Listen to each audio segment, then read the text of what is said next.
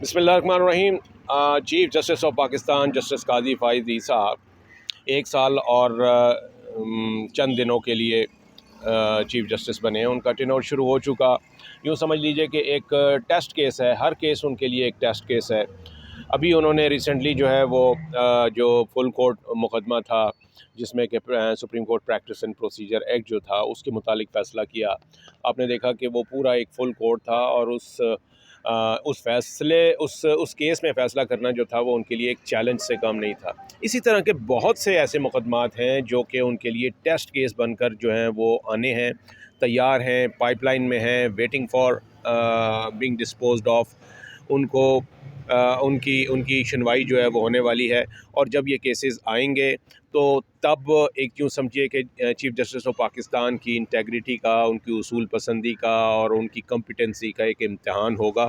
کیونکہ یہ مقدمات جو ہیں وہ ایسے نوعیت کے ہیں کہ ان میں سیاسی امپلیکیشنز بھی ہیں، اس میں بہت سے یعنی حساس نوعیت کے معاملات جو ہیں وہ بھی ہیں۔ تو ایسے کون سے کیسز ہیں جو کہ ان کے لیے چیلنج بن سکتے ہیں یا وہ چیلنج ہیں اور ان کے پاس سنوائی کے لیے آنے کو تیار ہے، یہ ہم جانیں گے عدیل سے۔ عدیل، کون سا بڑا کیس ہے ویسے؟ اور بھی ہم بات کریں گے دیگر کیسز کی کہ سب سے بڑا چیلنج کون سا آپ سمجھتے ہیں چیف جسٹس آف پاکستان کے لیے اس وقت؟ سر، میری نظر میں تو سب سے بڑا چیلنج اس وقت 90 دن میں انتخابات کا ہے، جو کہ اب ایک امپاسبلٹی سی ہمیں لگ رہی، اور اگر اس کیس کو یہ ٹیک اپ کر لیں یہی ایک بہت بڑی چیز ہوگی، اور اس کے بعد پھر اس پر آئین اور قانون کے مطابق عمل درآمد یقینی بنوانا بھی چیف جسٹس قاضی فائز عیسیٰ کا بہت بڑا امتحان ہے۔ اس کے علاوہ آپ کو معلوم ہے سویلینز کا جو ملٹری ٹرائل ہے، فوجی عدالتوں میں جو سویلینز کا ٹرائل اس وقت کچھ لوگ مان رہے ہیں کہ ہو بھی رہا ہے، اس ٹرائل کے اوپر چیف جسٹس کا ایک امتحان اس وجہ سے بھی ہے کہ 2015 میں وہ ایک فیصلہ دے چکے ہیں جس میں فوجی عدالتوں کے خلاف وہ رائے دے چکے ہیں۔ تو اب بطور چیف جسٹس اگر ان کے لیے یہ مقدمہ ان کے سامنے آئے گا اور ان کو اس کے لیے اس کو سماعت کے لیے مقرر کرنا پڑے گا، تو دیکھنا ہوگا کہ بینچ کون سا بنتا ہے اور اس کے بعد اس پہ فیصلہ کیا آتا ہے۔ یہ تو دو بہت ہی ویزیبل آپ کہہ سکتے ہیں بالکل، کہ اور چیلنجز ہیں ان کے خاص طور سامنے۔ پہ اپنا عدیل، یہ جو فیض آباد دھرنا کیس ہے، اگر اس کو لنک کیا جائے شہریوں کے ملٹری ٹرائل کے ساتھ تو وہ بھی آپ دیکھیے کہ ان کی ایک ججمنٹ ہے، اس میں بھی جو ان کا ریویو ہے وہ آپ نے دیکھا کہ ابھی اس میں کیا ہوا کہ تمام جو فریق تھے انہوں نے اپنی درخواستیں واپس لے لیں۔ تو اس تناظر میں اگر دیکھیں تو تب بھی اس کی امپورٹنس بہت بڑھ جاتی ہے۔ بالکل سر، اس کی امپورٹنس بڑھ جاتی ہے، اور ابھی تک وہ مقدمہ بھی پینڈنگ ہے، اس کو ابھی تک انہوں نے ڈسپوز آف نہیں کیا فیض آباد دھرنا کیس کو، اور اس پر امپلیمنٹیشن کے حوالے سے بھی رپورٹ مانگ لی ہے، جواب مانگے ہوئے ہیں۔ 1 نومبر کو مقدمہ دوبارہ سماعت کے لیے مقرر ہوگا، مگر اس سے پہلے جو مجھے لگ رہا ہے کہ اس وقت سب سے بڑا ایک چیلنج اور جو ہے چیف جسٹس قاضی فائز عیسیٰ، بلکہ نہ صرف چیف جسٹس قاضی فائز عیسیٰ بلکہ اس 3 رکنی کمیٹی جس میں جسٹس سردار طارق مسعود اور جسٹس اعجاز الحسن بھی شامل ہیں، ان کے لیے ہے وہ مقدمہ ہے نیب ترامیم کے خلاف اپیل کا۔ کیونکہ اب آپ کو معلوم ہے supreme court practice and procedure act کو جب آپ کہہ سکتے ہیں توثیق دے دی گئی ہے، اس کی قانونی حیثیت درست مان لی گئی ہے، تو اس کے بعد اب ایک اپیل کا حق بھی مل چکا ہے ان تمام کیسز میں 184(3) کے جو ابھی حال ہی میں ڈیسائیڈ ہوئے ہیں اس قانون کی پروملگیشن کے بعد۔ اس میں نیب ترامیم کیس بہت امپورٹنٹ ہے۔ جسٹس عمر عطا بندیال نے اپنی ریٹائرمنٹ سے ایک دن قبل 15 سپٹمبر کو یہ فیصلہ سنایا تھا جس میں نیب ترامیم کو کالعدم قرار دے دیا تھا۔ اب نیب ترامیم کو کالعدم قرار دینے کا فیصلہ جو تھا وہ 2-1 کی شرح سے آیا تھا، یعنی 2 ججز نے اس کو کالعدم قرار دیا، ایک جج جسٹس منصور علی شاہ نے اس کو برقرار رکھا اور پارلیمان کو درست کہا کہ ان کا کردار ہے وہ ترمیم کر سکتے ہیں۔ تو اب یہاں پر سب سے بڑا امتحان ہوگا ان بالخصوص جسٹس قاضی فائز اور جسٹس اعجاز الحسن کا کہ وہ بینچ کون سا بناتے ہیں۔ جسٹس اعجاز الحسن وہ جج ہیں جو اکثریتی فیصلہ دینے والے 2 ججز میں سے ایک وہی اب اس وقت سپریم کورٹ میں موجود ہیں، اور ایک جج جسٹس بندیال تو ریٹائر ہو چکے ہیں، اور دوسری جانب جسٹس منصور علی شاہ ہیں۔ آبویسلی یہ 2 ججز تو اس بینچ کا حصہ نہیں ہو سکتے اگر اپیل دائر ہوتی ہے۔ اپیل میں نیا بینچ اور لارجر بینچ ہوگا، 3 رکنی کے ریویو ہوگا تو وہی بینچ سنے گا۔ بالکل، اب 3 رکنی کے مقابلے میں 5 رکنی لارجر بینچ بننا ہے۔ اب دیکھتے ہیں چیف جسٹس قاضی فائز عیسیٰ، جسٹس اعجاز الحسن اور جسٹس سردار طارق مسعود اس کیس پر بینچ کون سا بناتے ہیں، کیونکہ سر بدقسمتی کے ساتھ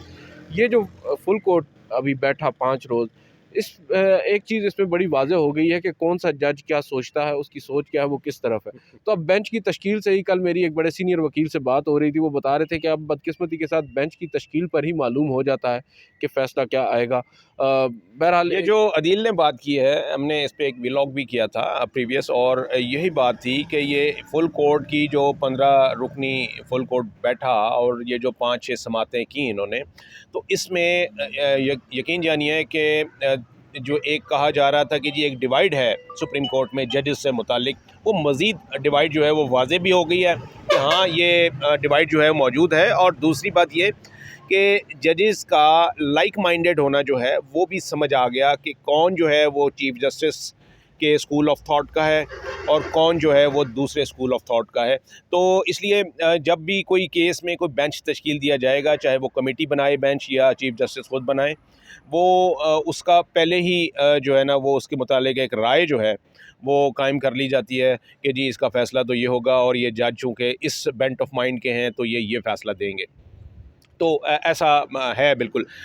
عدیل صرف ایک کیس کا میں اور ذکر کرنا چاہوں گا، وہ ہے جسٹس شوکت عزیز صدیقی کی اپیل ہے، ریویو ہے، جی سر، جو کہ ان کے سپریم جوڈیشل کونسل کے فیصلے کے خلاف انہوں نے سپریم کورٹ میں کی ہوئی ہے، اور یہ ملتا جلتا کیس ہے اس ریفرنس سے جو کہ چیف جسٹس خود بھگت چکے ہیں۔ میرے خیال سے آئینی درخواست ہے جی ہاں، اس فیصلے کے خلاف جو سپریم جوڈیشل کونسل نے اس وقت جسٹس آصف سعید کھوسہ صاحب کی سربراہی میں دیا تھا، اور شوکت صدیقی صاحب کو ہٹا دیا گیا تھا بطور جج، انہوں نے اس کو چیلنج کیا تھا۔ مگر اب اس پہ دلچسپ پہلو یہ ہے، جسٹس عمر رضا بندیال صاحب کی سربراہی میں ایک لارجر بینچ اس کو سن رہا تھا، متعدد سماعتیں بھی ہوئیں مگر نتیجہ نہیں نکلا، اور اب جسٹس بندیال صاحب نے اپنی ریٹائرمنٹ سے کافی عرصہ پہلے، بلکہ آپ کہہ سکتے ہیں کہ ان کے بطور چیف جسٹس حلف اٹھانے کے بعد یہ مقدمہ سماعت کے لیے مقرر نہیں ہوا تھا۔ تو اب جب کہ جسٹس بندیال بھی جا چکے ہیں، جسٹس قاضی فائز عیسیٰ کیونکہ خود افیکٹی رہے ہیں اس پورے سسٹم کے جس کا نشانہ بنے جسٹس صدیقی، تو ان کو بھی ریلیف مل سکتا ہے، مگر ریلیف میرے خیال سے اس حد تک ہی ہوگا کہ ان کی جو مراعات ہیں یا جو ان کی پینشنز وغیرہ ہیں وہ بحال ہو جائیں گی، کیونکہ گزشتہ سال 30 جون کو جو ان کی مدت ملازمت تھی وہ تو پوری ہو گئی ہے۔ جی وہ 62 سال کی عمر کو پہنچنے کے بعد وہ ریٹائر ہو گئے، ریٹائرمنٹ تو پوری ہو چکی ہے، اب ان کو دوبارہ سے بحال تو نہیں کیا دیکھیں ان کا تو نقطہ یہ ہے نا کہ جو ناانصافی ان کے ساتھ ہوئی، اس ناانصافی کے نتیجے میں ہی اس کا جو ہے ازالہ کیا جائے، اس کا ازالہ ہونا چاہیے، اور اس میں جو ہم بات کرتے ہیں فیض آباد دھرنا کیس کی یا دیگر مقدمات کی، فیض آباد دھرنا کیس میں اگر ہم دیکھیں تو اس میں کافی وائڈ اس کا سکوپ تھا، اور اس میں چیزیں اوپن اینڈڈ تھیں، اس میں پرٹیکولر شخصیات کے نام نہیں ہیں۔ یہ جو کیس ہے شوکت عزیز صدیقی صاحب کا، اس کیس میں اس وقت کے ڈی جی سی جنرل فیض حمید، ان کے حوالے سے بڑے سنگین نوعیت کے الزامات ہیں، اور آئی ایس آئی کے اوپر بڑے سنگین نوعیت کے الزامات ہیں، اور آبویسلی جب یہ مقدمہ سماعت کے لیے مقرر کرتے ہیں جسٹس قاضی فائز عیسیٰ، جو کہ ان کو اب کرنا بھی چاہیے، وہ باتیں پھر پاپ اپ ہوں گی۔ وہ آپ نہیں سمجھتے کہ یہ ہونی چاہیے؟ اور ایک معاملہ ایک مطلب ہے، اگر ان الزامات سے متعلق آپ کو سزا سنائی جا سکتی ہے تو اس سزا کے خلاف اپیل یا کسی بھی درخواست کے موقع پر وہ دوبارہ ان کو مطلب ہے اس بنیاد پر اس کو نہیں سننا چاہیے کہ جی اس میں لوگوں کے نام آ رہے ہیں۔ بالکل سر، سننا چاہیے اور سامنے آنا چاہیے، ونس اینڈ فار آل یہ ڈیسائیڈ ہونا چاہیے۔ اب ایک ہائی کورٹ کا جج ہے، اس کو کس طرح ایک ماتحت ادارے کے لوگ آ کر پریشرائز کر سکتے ہیں، یا پریشرائز نہیں بھی تو درخواست کی صورت میں مقدمات میں اثر انداز ہونے کی کوشش کر سکتے ہیں۔ جسٹس آصف سعید کھوسہ صاحب سے ہم یہی شکوہ کرتے آئے ہیں، اور اب بھی جو بات بنتی ہے وہ یہی ہے کہ جسٹس آصف سعید کھوسہ نے ان کو کوڈ آف کنڈکٹ کی خلاف ورزی پر عہدے سے برخاست تو کر دیا، مگر یہ نہیں پوچھا، یہ سوال نہیں کیا کہ جو الزامات جج صاحب کی جانب سے، جو سٹنگ اسلام آباد ہائی کورٹ ان کی اتھینٹسٹی جج کے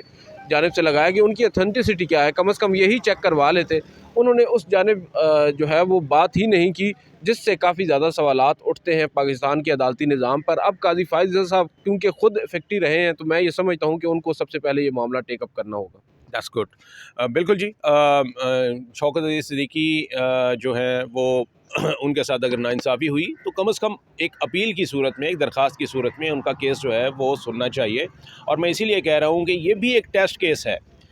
موجود چیف جسٹس قاضی فائز عیسیٰ کے لیے، کہ وہ سمجھتے ہیں کہ اس کیس میں کیا کیا امپلیکیشنز ہیں اور کیا کیا کمپلیکیشنز ہیں، کیونکہ کچھ حساس معاملات، حساس شخصیات جو ہیں وہ اس کیس میں ملوث ہیں. تو یہی آپ کا ٹیسٹ کیس ہوگا کہ آپ ان تمام حساسیت کے باوجود اس کیس کو انصاف کے تقاضے پورا کرنے کے لیے دوبارہ سنیں. Thank you.